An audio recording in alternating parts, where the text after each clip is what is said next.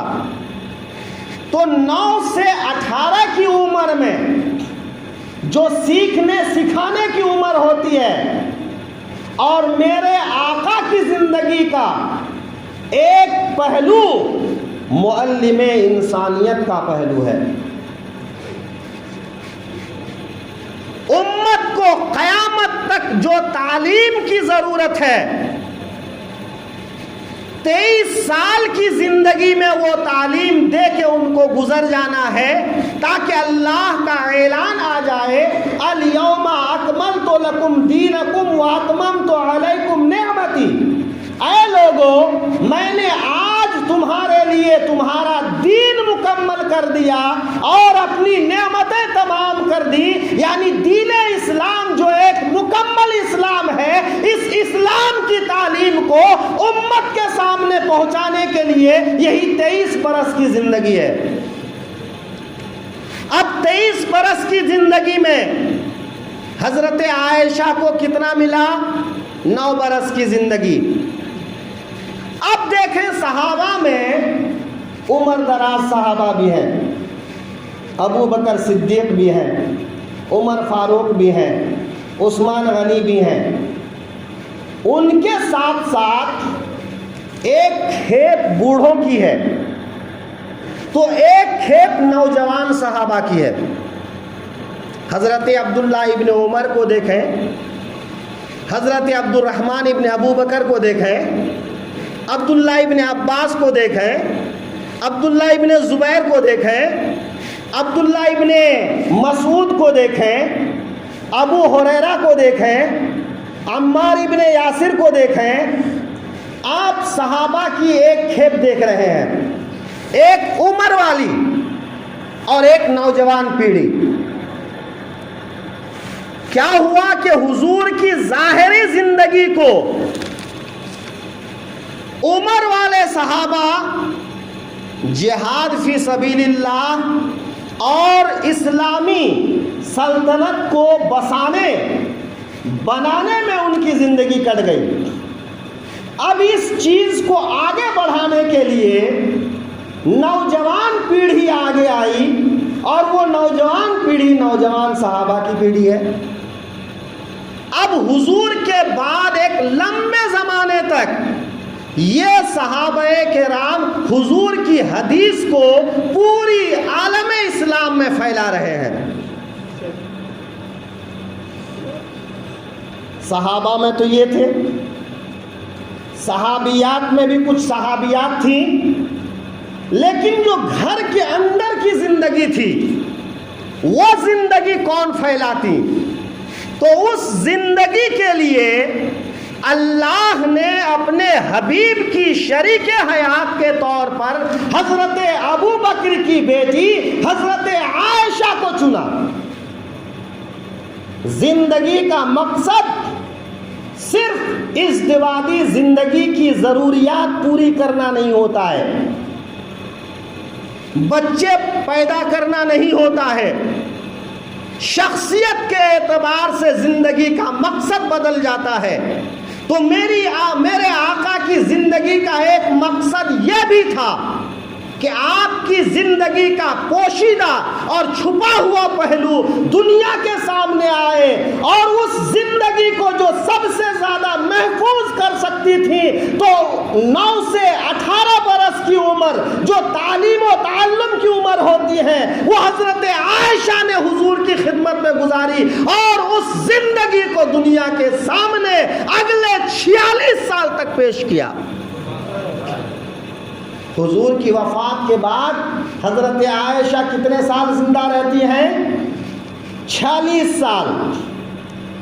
اب ایک ایسی خاتون جو حدیث بھی جانتی ہیں، فقہ بھی جانتی ہیں، تفسیر بھی جانتی ہیں، علم الانصاب بھی جانتی ہیں، علم الاشعار بھی جانتی ہیں، علم طب بھی جانتی ہیں، یعنی مدینے میں حضور کے بعد میں جو 7 مفتیان کرام مشہور ہوئے، فتویٰ دینے والے فقیہ مشہور ہوئے، ان 7 میں ایک حضرت عائشہ بھی ہیں، اور حضرت عائشہ کے شاگردوں میں صحابیات بھی ہیں، صحابہ کرام بھی ہیں، ان کے شاگردوں میں بڑے بڑے عظیم المرتبت حضرات ہیں۔ جب صحابہ کسی مسئلے میں الجھ جاتے تو اس مسئلے کے حل کے لیے حضرت عائشہ کے پاس آتے تو حضرت عائشہ اس مسئلے کو لمحوں میں حل کر دیا کرتی تھی۔ یہ نبی کی صحبت کی برکت تھی۔ تو اللہ نے حضرت عائشہ کو جس عظیم مقصد کے لیے چنا تھا، وہ عظیم مقصد کیا تھا؟ وہ عظیم مقصد تھا کہ امت کو 46 برس تک تعلیم دے سکیں، نبی کی زندگی بتا سکیں، نبی کے معمولات بتا سکیں۔ آج جو حدیث کی کتابیں ہمارے بیچ میں ہیں، ان کتابوں میں تمام حدیثیں محفوظ نہیں، لیکن جو حدیثیں محفوظ ہیں ان حدیث کی کتاب میں 2210 حدیث صرف اکیلے حضرت عائشہ سے روایت ہیں۔ ذرا غور کریں، ہم آپ کو کتنی حدیث آتی ہے، لیکن حضرت عائشہ کی حدیث جو کتابوں میں آج محفوظ ہے، وہ حدیث ٹوٹل 2210 حدیث ہے۔ یہ 2210 حدیثیں کس کس عنوان پر ہے، کس کس موضوع پر ہیں، کن کن مسائل پر مشتمل ہیں، جب آپ حدیث کی کتابیں کھولیں گے تو آپ کو معلوم ہوگا۔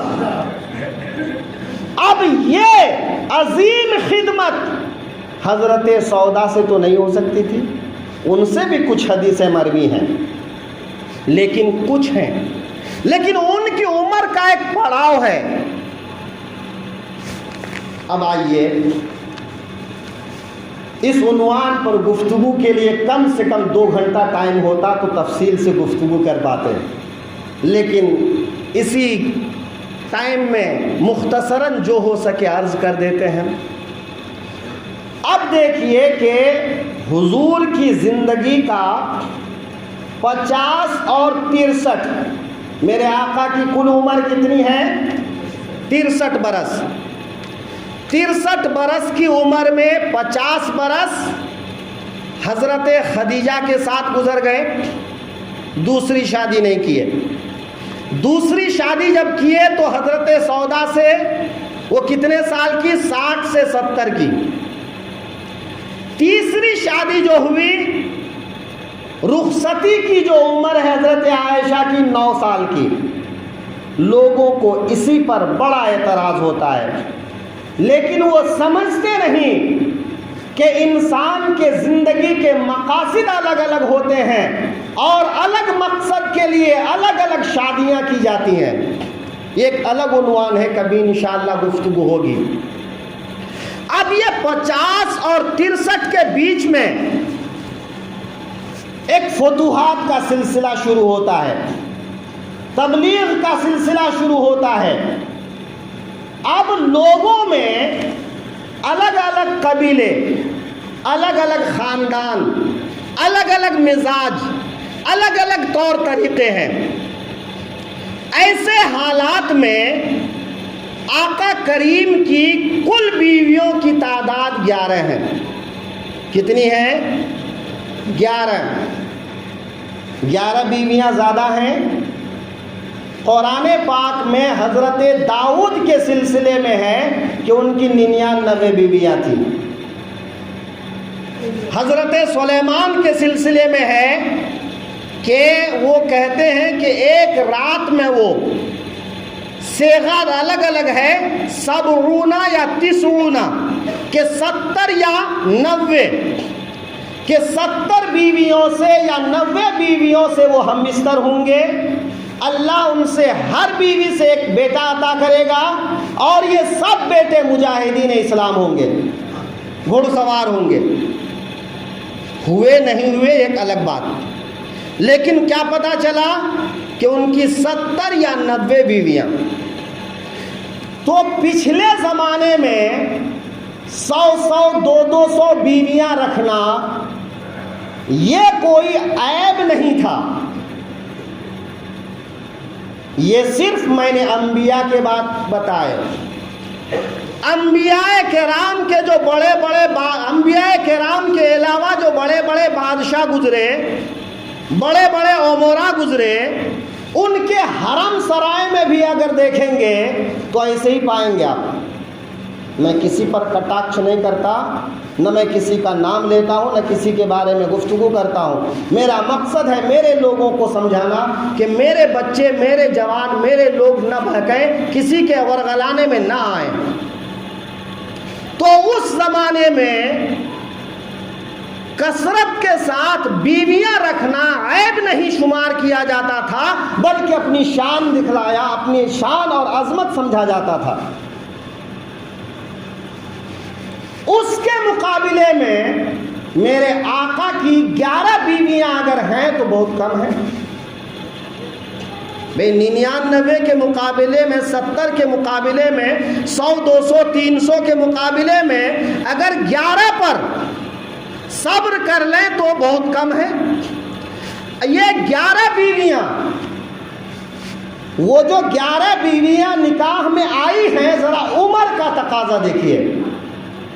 50 سے پہلے صرف ایک بیوی، 50 51 کے بیچ میں 2 بیوی، 51 52 کے بیچ میں 3 بیوی، یعنی 52 سے 63 کے بیچ میں باقی سب بیویاں۔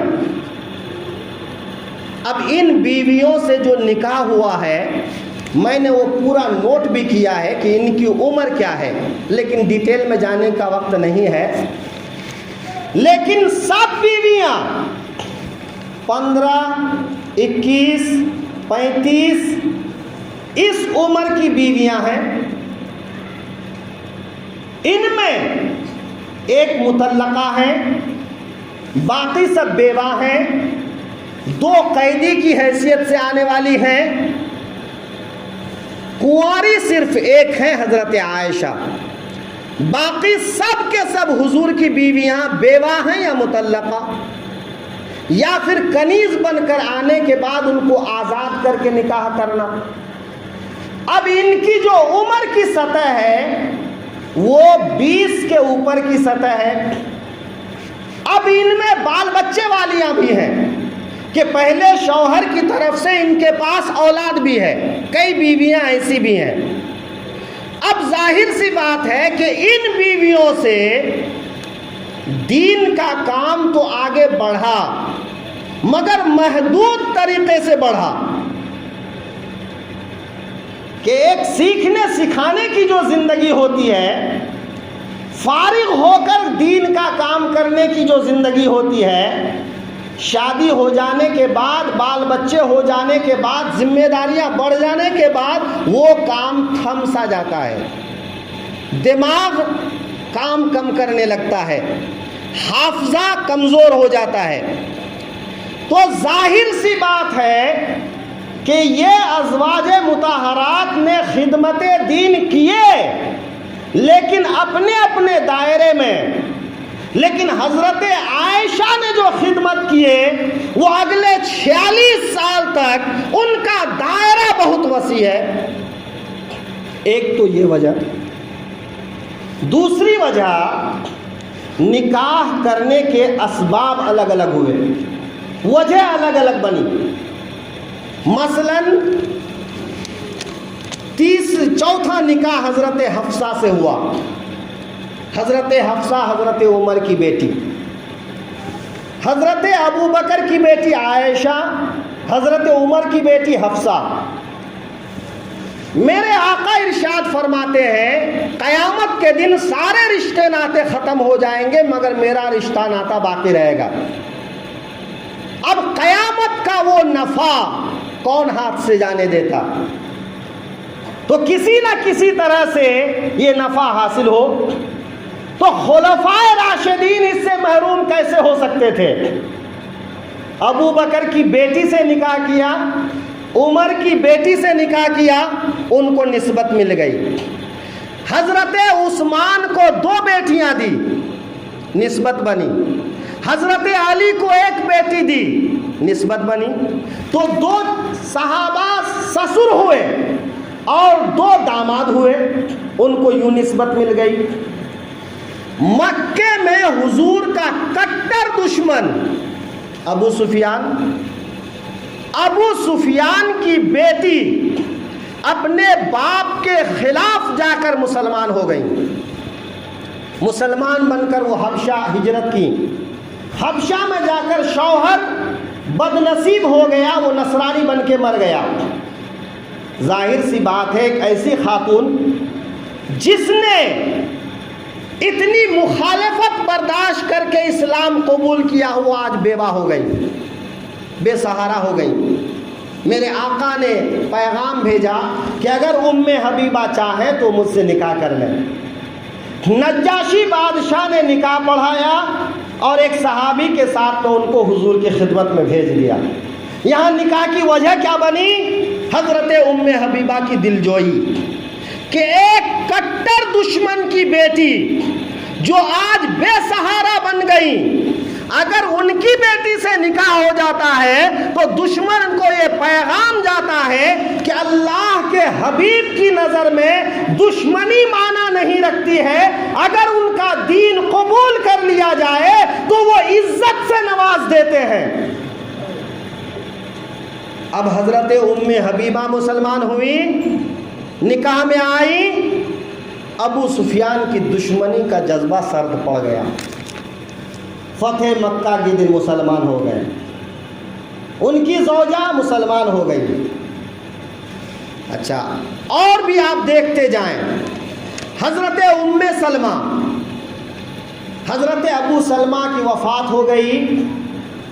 سلمہ اپنے بچوں کے ساتھ تنہا ہو گئی. مکے میں سب کچھ چھوڑ کر آ گئی تھی، مدینے میں تنہا ہو گئی. بچوں کی ذمہ داریاں. حضور نے نکاح کا پیغام دیا. حضرت سلمہ اپنے بچوں کے ساتھ میں حضور کے گھر تشریف لائی. حضرت زینب بنت جہش، یہ عرب کے ایک اونچے خاندان کی خوبصورت عورت ہیں. ان کا نکاح حضور نے اپنے منہ بولے بیٹے کے ساتھ میں کیا، حضرت زید ابن حارثہ کے ساتھ. مگر دونوں میں انبن ہونے لگی، نباہ کی صورت نظر نہیں آئی تو حضرت زید نے ان کو طلاق دے دی. عرب کی ایک مشہور خاتون، خوبصورت خاتون، اور وہ پھر حضور کے منہ بولے بیٹے نے طلاق دے دی. کتنی اذیت ہوگی، کتنی دکھ پہنچی ہوگی ان کو. اس دکھ کو دور کرنے کے لیے حضور نے فرمایا کہ زینب اگر مجھ سے نکاح کرنا چاہے تو میں ان سے نکاح کر لوں. حضرت زینب نے کہا اگر اللہ کو منظور ہو، یہ منظور ہے تو مجھے منظور ہے. اللہ تعالیٰ نے جبریل امین کو بھیجا کہ اے محبوب، ہم نے زینب بنت جہش کا نکاح فرشتوں کی مجلس میں کر دیا ہے. حضرت زینب حضور کی خدمت میں آ گئی. حضرت زینب بنت خزیمہ بیوہ ہو گئیں، بے سہارا ہو گئیں، حضور کی خدمت میں نکاح کر کے آ گئیں. حضرت میمونہ بیوہ ہوئی، 2 شوہر کی طرف سے علیحدگی ہو گئی. پہلے شوہر سے کسی وجہ سے علیحدگی ہوئی، دوسرے شوہر انتقال کر گئے، ان سے آپ نے نکاح کیا، ایک بیوہ کو سہارا دیا. حضرت جویریہ ایک کنیز بن کر آئی اور ایک صحابی نے ان کو مکاتبہ بنایا کہ اگر اتنی رقم جمع کر دو تم آزاد. یہ حضور کی خدمت میں آئی، یا رسول اللہ میرے مالک نے اتنی رقم مانگا ہے، میرے پاس تو کوئی رقم نہیں ہے، میرا تو سب کچھ لٹ چکا ہے. یہ غزوہ بنی مستلق میں سن 6 ہجری میں قید ہو کر آئی.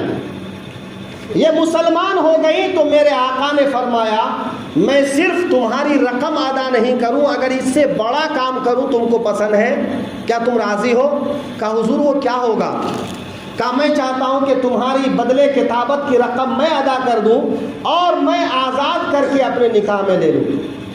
وہ بنی مستلق کے سردار کی بیٹی، حارث سردار کی بیٹی، اب ایک ایسی خاتون جو سردار کی بیٹی ہو مگر کنیز بن گئی ہو، ان کے پاس مال نہ ہو تو مال ادا کر کے ان کو آزاد کر کے نکاح میں لانے سے دنیا کو پیغام جاتا ہے کہ یہ رسول ایسے رسول ہیں کہ قیدیوں کے ساتھ میں ایسا سلوک کرتے ہیں۔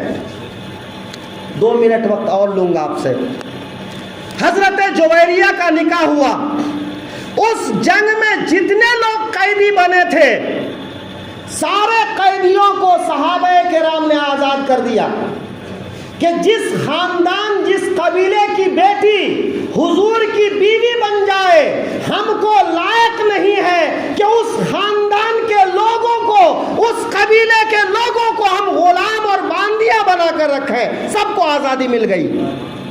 حضرت عائشہ کہتی ہیں کہ حضرت جویریہ کے نکاح سے بابرکت نکاح میں نے کسی کا نہیں دیکھا۔ کیا اتنے لوگوں کو غلامی سے آزادی مل گئی، سب کو مال واپس مل گئے، سب کی زندگی بحال ہو گئی، بابرکت نکاح ہے۔ حضرت صفیہ بنت حیی بن اخطب، خیبر کے قلعے دار بنو نذیر اور بنو قریظہ کے سردار کی بیٹی، حضرت دہیہ قلبی کے حصے میں آئی۔ حضرت دہیہ قلبی سے حضور نے کہا، صحابہ کرام نے عرض کی یا رسول اللہ ایک بڑے سردار کی بیٹی ہے، اس کی شان کے لائق ہے کہ یہ آپ کے نکاح میں آئے۔ حضور نے دہیہ قلبی کو بلا کر کہا کہ اگر تم کسی دوسری کنیز کو لے لو اور اسے مجھے دے دو تو میں اسے آزاد کر کے نکاح کر لوں۔ میرے آقا نے نکاح کر لیے۔ یہ ایک یہودی سردار کی بیٹی تھی، دنیا کو پیغام دینا تھا کہ اگر ایک یہودی بھی مسلمان ہو کر آ جائے تو مسلمانوں کے پیغمبر کی زندگی میں اسے ازواج مطہرات کا درجہ ملتا ہے اور قیامت تک آنے والے ہر کلمہ پڑھنے والے لوگوں کے لیے وہ ماں بن جاتی ہے۔ ان نکاح کا ایک پیغام تھا۔ اس کے بعد حضور نے اور کوئی نکاح نہیں کیے۔ تو ان 11 نکاحوں کے وجہ بھی الگ ہیں، ان کا سیاسی فائدہ بھی ہے، معاشی فائدہ بھی ہے، معاشرتی فائدہ بھی ہے، اور نکاح کی جو عمر ہے وہ 50 اور 63 کے بیچ میں ہے، جبکہ اس عمر میں کوئی آدمی صرف دنیا کی لذت کے لیے شادیاں کم کرتا ہے، اور میرے آقا جنہوں نے دنیا کو ایک مچھر کے پر کے برابر بھی حیثیت نہیں دی، دنیا کو طاق دیا، دنیا کو چھوڑ دیا، وہ دنیا کے لیے یہ شادیاں نہیں کیے تھے، وہ شادیاں کیے تھے تو اسلام اور تبلیغ اسلام کے لیے کیے تھے۔ اس لیے میرے آقا کی 11 بیوی ہونے پر کوئی اعتراض کرے تو انہیں جواب دینا کہ ان امت کی ماں نے امت کے لیے جو کام کیا ہے ان پر ہماری 1000 مائیں قربان ہیں۔